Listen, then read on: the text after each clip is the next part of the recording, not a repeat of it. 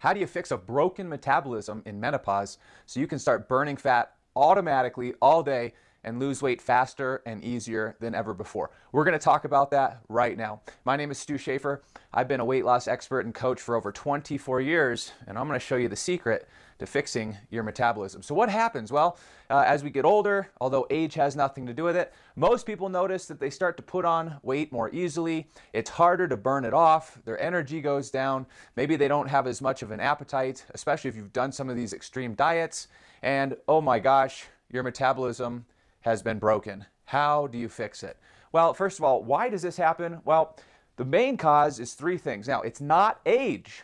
There have been studies now that say, oh, we've studied people for 20 years and 30 years, and age does not decrease your metabolism. It's these other things, okay? So the first thing is when you're either dieting, cutting calories, or you're doing something like intermittent fasting. That is the fastest way to slow down and break your metabolism. And we're going to talk about what to do instead. But that's the number one reason. You eat less, or you stop eating all day. Oh, this fasting thing is going to help me burn off fat. I lost weight initially. What happened? I can't lose weight anymore. It's coming back on and I'm not eating anymore. Yeah, you just broke your metabolism. When you diet or you do calorie restricting or fasting, essentially two things are happening here. Number one, you're not eating enough, and so the body thinks, hey, I'm not getting enough food here. I need to slow down the metabolism so I can survive. Now, this is a legitimate thing. You may have heard it called the starvation mode or starvation response. This is actually a thing. This is one of our body's survival mechanisms. So if you're in a famine and you have no food, the body can slow down and conserve everything that you've eaten. It can conserve what's in your body, which is your stored body fat, so that you can live longer. This is really a thing. Okay, so any kinds of diets where you're restricting or cutting calories or doing fasting will trigger this response. Now, what about low carb? Well, low carb, it actually will reduce your thyroid. And the reason it does that is because certain organs in your body have to have sugar or glucose to convert T4 into T3. T3 is the thyroid hormone that really cranks up your metabolism, gives you lots of energy, and causes you to burn fat. And then the last one is over-exercise. You're trying to exercise to your weight loss. You say, oh, I need to lose weight. Let me just exercise more and more and more. And before you know it, you're doing an hour and a half, 2 hours a day. And that'll also lower your metabolism. Now, here's what's funny. Exercising initially stimulates your metabolism. But there's a tipping point. There's a balance. There's a threshold. And if you go over that threshold, say goodbye to your metabolism. Why does that happen? Well, one of the reasons is you crank up your cortisol. We're going to talk about this in just a sec. And the other reason is you literally just overdo it with your body and it shuts down on you. Plain and simple. You actually burn too many calories and your body goes into this starvation mode. So all these diets, everything you see here, numbers 1, 2, and 3, are very stressful on the body. So what they'll do is they'll cause your adrenaline and cortisol to go up. Now here's what's really weird. Cortisol is necessary to burn fat. So initially, you will have a fat burning response. This is why when people start fasting or, you cut calories, anybody can cut calories for a little bit and you'll lose weight initially, but then it stops. Because what happens now is your adrenaline and cortisol, they go too high, or you're keeping them elevated too long. Now they have the opposite effect. They cause you to store fat and burn muscle. And then they'll cause other stress hormones to get released, which can totally mess up your digestion and cause gut issues. I just did a video where I talked about that. I'm going to link it right up here. You can check that video out. Now, what do you do to fix this metabolism that's been broken? Well, obviously you need to fix the stress, you need to fix the thyroid, and you need to make sure your body doesn't go into this starvation mode. This is easier said than done, obviously. Here's the big problem. You've got to eat more, but here's the problem. Everyone's just focused on calories, and that's not what you need to focus on. You need to focus on the food quadrant. This says there's 4 parts of nutrition. There's what you eat, there's how much you eat, there's the timing of food throughout the day. What do you eat in the morning versus the middle of the day versus the evening? And then the combination of foods at each meal. Now, when you eat the right food at the right time in the right combination, you can eat way more. Why? Because now when you do that, you create certain chemical reactions in your body. The body releases specific hormones and enzymes, so none of that food even makes it to your fat cells.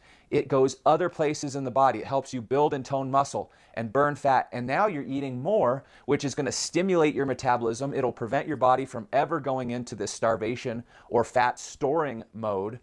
And now you can eat more, never feel hungry, never feel tired, and you've sped up your metabolism, you fixed it, so now you're burning fat. And if you eat the right food at the right time in the right combination, you're also causing certain hormones and enzymes to be released that will also cause your body to burn fat. So now your metabolism is higher, which means you're burning more, and you're burning specifically body fat, so you're burning more, and it's coming from your fat cells. And this really is the key. I can't tell you how often I work with women who have tried everything. Every diet known to man, I mean everything. They're eating organic, healthy, whole foods, cut this out, cut that out, can't lose weight. They swear it's their hormones. They swear it's menopause. Oh, it must be my metabolism.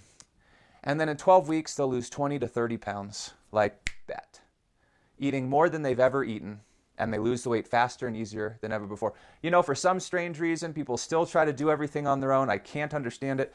If you work with a professional who actually understands this, in just 12 weeks, a couple months, you could have it all figured out, never worry about it again. You've got to eat to fuel your thyroid, okay? Certain foods will fuel your thyroid. Look, not all carbs are created equal. Not all protein is created equal. Not all fats are created equal. You got to just throw out the whole macro concept because they don't even touch on where the carbs should come from or where the proteins should come from. That makes a big difference. I'll give you a simple example. Certain carbs that you eat, they'll get released straight into the bloodstream. This will spike your blood sugar. It'll cause an insulin spike. This will cause your body to release the wrong hormones and enzymes, which will cause you to store fat. It'll actually prevent you from burning fat, and this will stack up over time, and then you won't be able to burn fat. You'll think it's your metabolism when it's actually not. Okay, other foods will go into your liver and directly fuel the liver to crank out more T3, which will fuel your thyroid, and that'll crank up your metabolism and energy. You got to know these things. Third, food and exercise must be in sync. Okay, if you're one of those people that loves exercise, great. You're going to have to eat enough to match that. If you don't like that much exercise, fine. You're going to have to eat enough to prevent starvation mode. But once you get these two balanced, the exercise and the food, and they're in sync, fine. If you raise the exercise, the food goes with it. If you lower the exercise, the food may not go with it all the way, because remember, you have to eat a certain amount just to keep your body from going into the starvation mode. And that's where this food quadrant becomes so important. How do you eat enough in a way, even if you're sedentary, if you sit all day at your job, how do you eat enough in a way where none of it will get stored as fat and it'll still fire up your metabolism and cause you to burn fat? Well, that's what we do. Now, last, all of this, if you were to sum it all up too, all of it is designed to reduce stress, because cortisol, like I said earlier, too much cortisol, or if it's elevated for too long, will stop you from burning fat. It'll cause you to burn muscle. Also, cortisol and adrenaline, if they're elevated too long, will also have a negative impact on your thyroid function. And over time, this will reduce your metabolism. Look, here's an easy test you can do right now. Go check your body temperature. Okay, if it's lower than 98.6, that's a good indicator that your thyroid is not functioning optimally. Look, a lot of women that I work with, they're in the 97s. Some are in the 96s. That's their body temperature. You should take it first thing in the morning. First thing in the morning. Check your body temperature. If you're using a digital scale, take it 3 times right in a row and average the body temperature.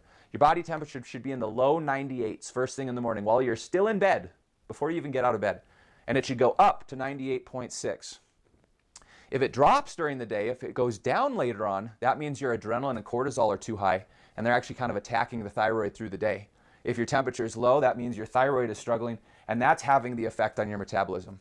If the thyroid's fine, that means you might be in starvation mode, or you're over-exercising or doing one of these things. You have to balance it out. But this is the fastest way to fix a broken metabolism. Now, over time, you'll need to eat more, and you want to eat more. But again, you have to do it strategically. You have to do it in a specific way. And this is why I always say that food is like medicine. And if you had a medical problem, you would go seek a medical professional. You want to view food and exercise the same way. Food is medicine without any of the side effects or the risks. Okay, but you want to seek a professional who can guide you so you do things correctly the first time. You don't waste any time or energy on it. You get the results right away, and then they can educate you so that you never have to worry about it again. This is the power of that. Now, we're going to splash up a couple great videos here about some of the foods, the types of foods, the combination, and the timing. Check these videos out. They're awesome, and I'll see you next time. Take care.